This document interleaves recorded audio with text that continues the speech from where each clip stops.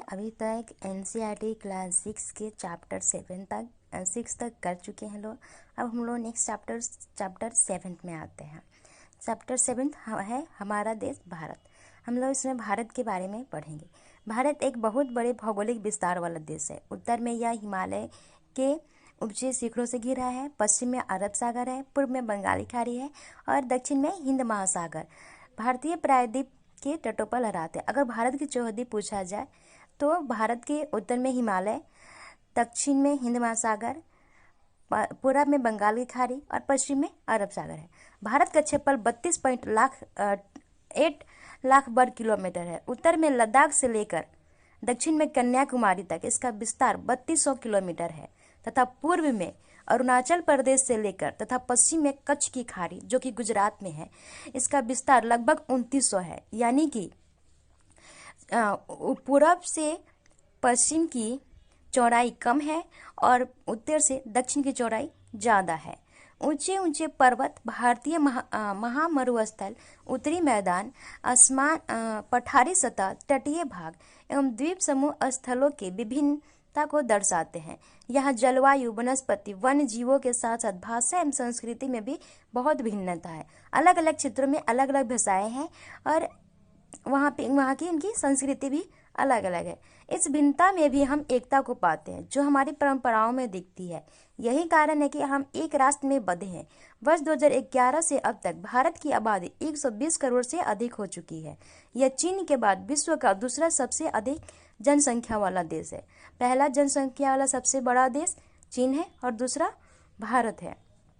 स्थिति: भारत उत्तरी गोलार्ध में स्थित है। उत्तरी गोलार्ध कहने का मतलब कि जब अक्षांश रेखा ग्लोब को दो बराबर भागों में बांटती है तो ऊपर वाला उत्तरी गोलार्ध और नीचे वाला दक्षिणी गोलार्ध, तो ऊपर वाले जो गोलार्ध होती है जिसको उत्तरी गोलार्ध करते हैं उसमें भारत की स्थिति को दर्शाया गया है। कर्क रेखा 23 डिग्री 30 मिनट यानी कि 23.5 डिग्री उत्तर देश के लगभग मध्य भाग से होकर गुजरती है। और मध्य भाग से देश से होकर गुजरती है तो किस किस राज्य से होकर गुजरती है इसके आगे में हम पढ़ेंगे। दक्षिण में उत्तर और भारत के मध्य भूमि का विस्तार 8 डिग्री 4 मिनट उत्तर तथा 37 डिग्री 6 मिनट उत्तर अक्षांशों के बीच है। पश्चिम से लेकर पूर्व तक भारत का विस्तार 68 डिग्री 7 मिनट पूर्व तथा 97 डिग्री 25 मिनट पूर्व देशांतरों के बीच है। अगर हम विश्व के पूर्वी तथा पश्चिमी गोलार्ध में बांटते हैं तो भारत की स्थिति किस गोलार्ध में होगी? जब हम पूर्व और पश्चिमी गोलार्ध में बांटेंगे तो जो पूर्वी गोलार्ध पाते हैं तो वह देशांतर रेखा से बांटते हैं। यानी देशांतर रेखा कहने का मतलब कि जब नॉर्थ पोल को साउथ पोल से हम मिलाते 0 डिग्री तो उसके 0 डिग्री से जो पूरब की तरफ आएगा वो मेरा पूर्वी गोलार्ध होगा और पश्चिम की तरफ जो जाएगा वह पश्चिमी गोलार्ध होगा। तो हम विश्व के मैप से देख के हम बता सकते हैं कि भारत की स्थिति अगर पूर्वी और पश्चिमी गोलार्ध में पूछे तो पूर्वी गोलार्ध में होगी। बहुत बड़े देशांतरीय विस्तार लगभग 29 डिग्री के कारण यहाँ के दो छोर पर स्थित स्थानों के स्थानीय समय में बहुत अधिक अंतर हो जाता है। इस तरह से कि दूरी पर स्थित दो स्थानों के बीच का अंतर लगभग 2 घंटे का होगा। जैसा कि आपने पहले भी पढ़ा है कि प्रत्येक 1 डिग्री देशांतर के लिए स्थानीय मान में 4 मिनट का अंतर होता है। तो अगर हम तो पश्चिम में गुजरात की अपेक्षा पूर्व के अरुणाचल प्रदेश में सूर्योदय लगभग 2 घंटे पहले होगा। आप पहले भी पढ़ चुके हैं कि 82.5 डिग्री मतलब 82 डिग्री 30 मिनट पूर्व देशांतर के स्थानीय समय को भारत का मानक समय माना जाता है। यहाँ इस यमोत्तर को भारत का मानक समय भी कहा जाता है। अब आते हैं भारत के पड़ोसी देश। भारत 7 देशों से स्थलीय सीमा से बनाती है। तो वह 7 स्थलीय सीमा कौन कौन से है? पाकिस्तान है, अफगानिस्तान है, चीन है, नेपाल है, भूटान है, बांग्लादेश है और म्यांमार है। तो हम इसमें ये भी एक क्वेश्चन बन सकता है कि सबसे ज़्यादा सीमा किस देश से बनती है? तो इसके लिए एक छोटा सा ट्रिक है। बचपन में MBA बांग्लादेश, च उसके बाद चीन का, उसके बाद पाकिस्तान, न नेपाल और MBA M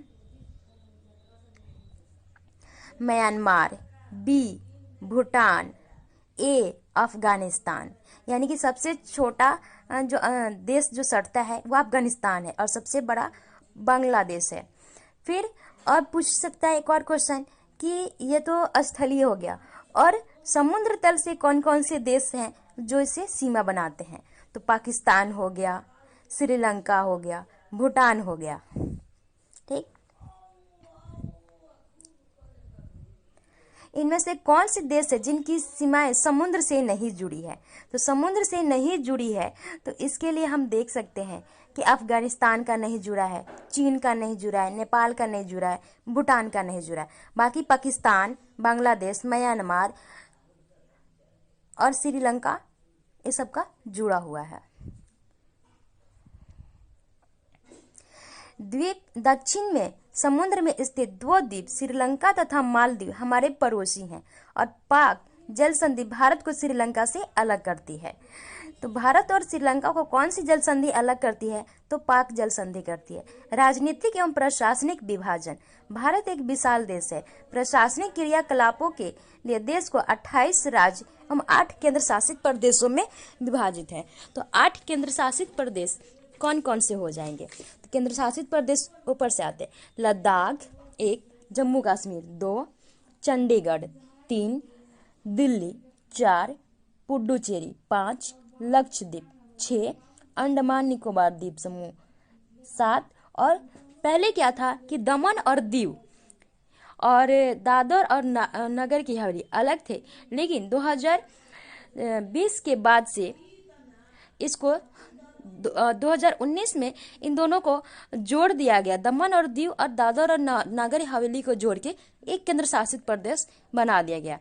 तो लास्ट हम लोग का हो गया दमन एवं दीव और दादर और नागर की हवेली। और 28 हम लोग का जो राज्य है वो पहले हैं अरुणाचल प्रदेश जिसकी राजधानी ईटानगर, असम जिसकी राजधानी दिसपुर, आंध्र प्रदेश। 28 राज्य में पहला राज्य है अरुणाचल प्रदेश जिसकी राजधानी ईटानगर है, दूसरी है असम जिसकी राजधानी दिसपुर है, तीसरी आंध्र प्रदेश जिसकी राजधानी हैदराबाद, चौथी उत्तर प्रदेश लखनऊ, पांचवी उत्तराखंड जिसकी राजधानी देहरादून, छठी ओडिशा जिसकी राजधानी भुवनेश्वर, सातवीं कर्नाटक जिसकी राजधानी बेंगलुरु, आठवीं केरल जिसकी राजधानी तिरुवनंतपुरम, नौवीं गुजरात जिसकी राजधानी गांधीनगर, 10वीं गोवा जिसकी राजधानी पणजी, 11वीं छत्तीसगढ़ जिसकी राजधानी रायपुर, 12वीं जम्मू और कश्मीर। ये जम्मू और कश्मीर को पहले 2019 में 370 की धारा हटाने के बाद से इसे राज्य की इसको केंद्र शासित प्रदेश में मिला दिया गया है। तो 12वीं हम लोग का हो जाएगा जम्मू और वैसे जम्मू और कश्मीर की राजधानी श्रीनगर है।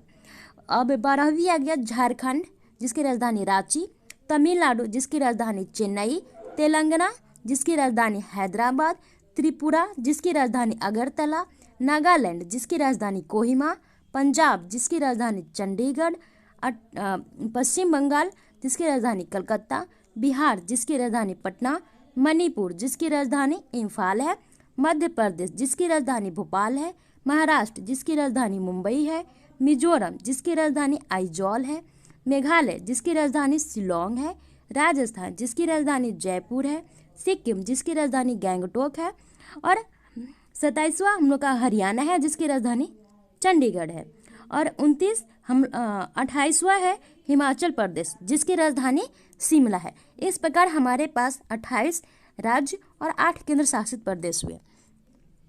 अब हम लोग देखते हैं भारत के भौतिक में। भारत के भौतिक क्षेत्र में पहला है, देखिए सब पिक्चर में 7.3 में हम लोग देख सकते हैं कि हिमालय है, हिमालय के नीचे शिवालिक हिमालय है, फिर उधर उत्तरी मैदान है, फिर पूर्वोत्तर में है ब्रह्मपुत्र नदी है, फिर इधर सिंधु नदी की सहायक नदी कौन कौन सी है? झेलम नदी है, चिनाब नदी है, रावी नदी है, सतलज नदी है। फिर इधर सिंधु नदी के जस्ट थोड़ा सा आगे बढ़ेंगे तो भारतीय मरुस्थल है, भारतीय मरुस्थल के पास अरावली पर्वत श्रेणी है। फिर आगे बढ़ेंगे तो गंगा नदी जो कि बिहार से होते हुए बंगाल की खाड़ी में गिरती है तो इसकी सहायक नदी चंबल नदी है, यमुना नदी है। फिर उसके नीचे है विंध्य श्रेणी, विंध्य श्रेणी के नीचे सतपुरा है और सतपुरा विंध्य श्रेणी और सतपुरा के बीच नर्मदा नदी है। ठीक, फिर उसके बाद महानदी है। महानदी ये एरो साइन जो दिखा रहा है, एरो साइन दिखाने का मतलब कि वो जिधर दिखा रहा है उधर गिरती है। ठीक, तो महानदी बंगाल की खाड़ी में गिरती है। ताप्ती, नर्मदा और ताप्ती यही दो नदियां हैं जो कि अरब सागर में गिरती है। गोदावरी नदी है, गोदावरी नदी ये बंगाल की खाड़ी में गिरती है। फिर कृष्णा नदी ये भी बंगाल की खाड़ी में गिरती है। फिर इसका नीचे पश्चिमी या पश्चिमी क्षेत्र, फिर इसके नीचे नीलगिरी, फिर अन्नामलाई है। कावेरी नदी जो कि तमिलनाडु के पास है, ये हम लोगों को बंगाल की खाड़ी में गिरती है। फिर उधर है तटीय क्षेत्र, यहाँ पे कलर भी दिखाया है। कलर से हम पता लगा सकते हैं, जैसे कि जो ब्राउन कलर है वह पर्वत और पहाड़ी को इंडिकेटर्स करता है। फिर जो हल्का ब्राउनी कलर पे है वह पर्वतीय क्षेत्र को, पर्वतीय क्षेत्र हम ऊपर की तरफ देख सकते हैं। और फिर येलो कलर में जो है वह पठारी क्षेत्र है। तो पठारी क्षेत्र किन किन भागों में फैला हुआ है, जब हम भारत का राजनीतिक क्षेत्र पढ़ेंगे तो इससे हम राज्य के बारे में भी बता सकते हैं कि कौन कौन सा राज्य पठारी क्षेत्र में आता है, कौन कौन सा राज्य पहाड़ी क्षेत्र में आता है। फिर उसके बाद है मैदानी क्षेत्र। मैदानी क्षेत्र के लिए हरा दिखाया गया है। तो हरा मतलब कि जहाँ पे घास फूस हो ये सब ज़्यादा होते हैं वह मैदानी क्षेत्र हो गया। इस प्रकार हम इस देख के बता सकते हैं कि मैदानी कौन कौन से क्षेत्र में आ जाते हैं। तो इसे हमें बार बार देखते रहना है और इसको अपने बार बार रिवीजन जितना करेंगे उससे हमारे ये माइंड में आते रहेगा कि पहाड़ी क्षेत्र कौन है, पर्वतीय क्षेत्र कौन है, पठारी क्षेत्र कौन है और मैदानी क्षेत्र है कौन कौन है। तो केंद्र शासित प्रदेश बांटा गया है। फिर आते हैं, दिल्ली भारत की राजधानी है। राज्यों का निर्माण मुख्य भाषाओं के आधार पर हुआ है। अब आते हैं भौतिक विभाजन। भारत में पाई जाने वाली भौतिक आकृतियां विभिन्न प्रकार की है, जैसे पर्वत, पठार, मैदान, तट तथा द्वीप समूह। उत्तर में बर्फ से ढका हिमालय संतरी का कार्य करता है। हिम जो आलय का मतलब होता है, हिम का मतलब है बर्फ और आलय का मतलब होता है घर, यानी बर्फ का घर। हिमालय पर्वत को 3 मुख्य समानांतर श्रृंखलाओं में बांटा जाता है। सबसे उत्तर में स्थित श्रृंखला को बृहत हिमालय कहते हैं। बृहत हिमालय को हिमाद्री हिमालय भी कहते हैं, जो कि हम चित्र 7.3 में देख सकते हैं। फिर इसी श्रृंखला में विश्व की सबसे ऊंची शिखर मध्य हिमालय या हिमाद्री के दक्षिण में स्थित है। बहुत से लोकप्रिय पहाड़ी स्थान यहाँ स्थित है। 5 पहाड़ी स्थानों के नाम बताइए, नाम लगाइए। शिवालिक सबसे दक्षिण में स्थित श्रृंखला है। फिर आते हैं, हिमालय के दक्षिण में भारत का उत्तरी मैदान स्थित है। ये मैदान समतल तथा सपाट होते हैं। ये मैदान गंगा, ब्रह्मपुत्र, सिंधु तथा इनकी सहायक नदियों के द्वारा लाए गए जलोढ़ निक्षेपों से बने होते हैं। नदियों के ये मैदान कृषि के लिए बहुत उपजाऊ होते हैं और कृषि के लिए जहाँ उपजाऊ होती है वहाँ पे जनसंख्या भी बहुत होती है। यही कारण है कि इन मैदानों में जनसंख्या अधिक है। भारत के पश्चिमी भाग में भारतीय मरुस्थल स्थित है। यहाँ शुष्क, गर्म तथा रेतीला स्थल है। यह वनस्पति की मात्रा बहुत कम है। उत्तरी मैदान के दक्षिण में प्रायद्वीपीय पठार है। गंगा के उत्तरी मैदान में दक्षिण में प्रायद्वीपीय पठार है। इसकी आकृति त्रिभुजाकार है। इसका धरातल काफी ऊंचा और नीचा है। इस क्षेत्र में बहुत सी पहाड़ियां, श्रृंखलाएं तथा घाटियां स्थित है। इसके उत्तर पश्चिम में अरावली अरावली श्रृंखला स्थित है, जो कि चित्र 7.2 में हम लोग देख के बता सकते हैं, जो विश्व की सबसे पुरानी श्रृंखला है। फिर विंध्य और सतपुरा भी महत्वपूर्ण श्रृंखलाएं हैं। विंध्य और सतपुरा ये बीच में है। इंडिया के मैप में जब बीच में देखिएगा वहाँ पे दिखाई देगा। इन श्रृंखलाओं से होकर नर्मदा तथा ताप्ती नदियाँ बहती हैं। यह पश्चिम की तरफ बहने वाली नदी है, जो कि अरब सागर में गिरती है। इस पठार में के पश्चिम में पश्चिमी घाट या सह्याद्री या पूर्व में पूर्वी घाट स्थित है। पश्चिमी घाट का विस्तार एक समान रूप में है, जबकि पूर्वी घाट बीच में टूटा हुआ तथा असमान है। इन पठारों में खनिजों जैसे कोयला तथा लौह अयस्क की प्रचुरता होती है। उसके बाद से इधर कुछ हम लोग के नोट्स में दिया हुआ है जलोढ़ निक्षेप। यह नदियों के द्वारा लाई गई बहुत महीन मिट्टी होती है तथा नदी बेसन में निक्षेपित करती है। सहायक नदी किसे कहते हैं?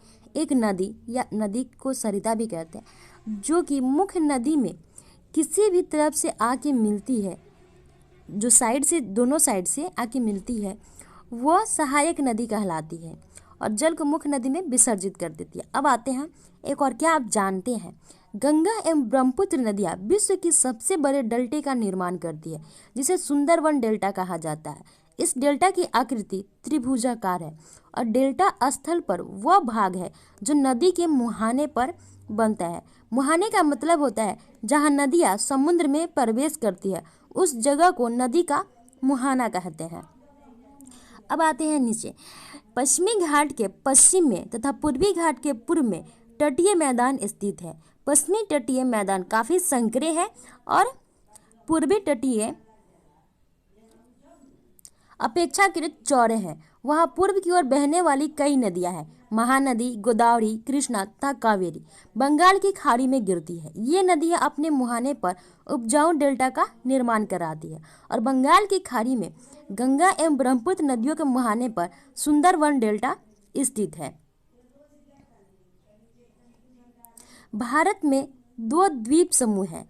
एक लक्षद्वीप समूह है जो कि अरब सागर में स्थित है और ये केरल के तट से कुछ दूर स्थित प्रवाल द्वीप है, और दूसरा है अंडमान एवं निकोबार द्वीप समूह। भारत से दक्षिण पूर्व दिशा में बंगाल की खाड़ी में स्थित है। क्या आप जानते हैं कि कौन सा द्वीप समूह वर्ष 2004 में सुनामी से प्रभावित हुआ था? समाचार पत्रों तथा लोगों से बातचीत के जरिए जानकारी प्राप्त कीजिए कि जब सुनामी भारतीय तट की टकराई थी तो किस प्रकार लोगों ने अलग अलग तरीके से इस चुनौती का सामना किया। सुनामी एक विशाल सागरीय तरंग है जो कि समुद्र तट पर भूकंप के कारण उत्पन्न होती है।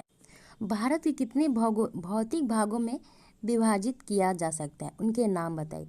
भारत को भौतिक विभाजन: उत्तर पूर्व का पर्वतीय देश, मध्यवर्ती मैदान, प्रायद्वीपीय भारत, तटीय मैदान, द्वीप समूह और स्थलीय मैदान है। ठीक। नेक्स्ट क्वेश्चन है, भारत की स्थलीय सीमा 7 देशों से जुड़ी है, उनके नाम बताइए। तो इसके लिए एक छोटा सा ट्रिक है, बचपन में MBA। बांग्लादेश, चीन, पाकिस्तान, नेपाल और म्यांमार, भूटान और अफगानिस्तान। कौन सी दो नदियाँ अरब सागर में गिरती है? ताप्ती और नर्मदा नदी अरब सागर में गिरती है। गंगा एवं ब्रह्मपुत्र के द्वारा बनाए गए डेल्टा का नाम लिखिए। गंगा एवं ब्रह्मपुत्र के द्वारा बनाए गए डेल्टा का नाम सुंदरवन डेल्टा है। भारत में कितने राज्य तथा केंद्र शासित प्रदेश है जिनकी किन राज्यों की राजधानी एक ही है? भारत में 28 राज्य और 8 केंद्र शासित प्रदेश हैं। किन राज्यों की राजधानी एक है? तो हरियाणा, पंजाब और चंडीगढ़ की राजधानी चंडीगढ़ है। उत्तरी मैदान में अधिक जनसंख्या में निवास करती है। क्यों? क्योंकि उत्तरी मैदानों की जो भूमि होती है बहुत ही उपजाऊ होती है, उपजाऊ जो कृषि के लिए बहुत ही उपजाऊ है। तो कृषि जहाँ पे अधिक होती है वहाँ पे जनसंख्या भी अधिक होती है, इसीलिए उत्तरी मैदान में अधिक जनसंख्या निवास करती है। लक्षद्वीप को प्रवाल द्वीप कहा जाता है। क्यों? लक्षद्वीप को प्रवाल द्वीप इसलिए कहा जाता है, केरल के तट से कुछ दूर स्थित प्रवाल द्वीप है। अब आते हैं नेक्स्ट क्वेश्चन, हिमालय के सबसे दक्षिणी भाग को क्या कहा जाता है? तो हिमालय के सबसे दक्षिणी भाग को शिवालिक हिमालय कहते हैं। सह्याद्री को अन्य किस नाम से जाना जाता है? सह्याद्री को अन्य नाम से पश्चिमी घाट के नाम से जाना जाता है। पाक जल संधि किन दो देशों के बीच होती है? तो भारत तथा श्रीलंका के बीच में। अरब सागर में स्थित भारतीय द्वीप समूह कौन से हैं? तो अरब सागर में स्थित भारतीय द्वीप समूह अंडमान और निकोबार द्वीप समूह है। नहीं, लक्षद्वीप अंडमान आपको हो गया हिंद महासागर में। लक्षद्वीप द्वीप समूह है। भारत की सबसे पुरानी पर्वत श्रृंखला कौन सी है? तो भारत की सबसे पुरानी पर्वत श्रृंखला अरावली श्रृंखला है। भारत की सबसे पुरानी पर्वत श्रृंखला अरावली है। भारत का क्षेत्रफल लगभग डैश है। तो भारत का 32.8 लाख वर्ग किलोमीटर है। महान हिमालय को डैश नाम से जाना जाता है। तो महान हिमालय को बृहद हिमालय के नाम से भी जाना जाता है। क्षेत्रफल की दृष्टि से डैश भारत का सबसे बड़ा राज्य है। तो क्षेत्रफल की दृष्टि से राजस्थान सबसे बड़ा राज्य है। नर्मदा नदी डैश सागर में गिरती है। नर्मदा नदी अरब सागर में गिरती है।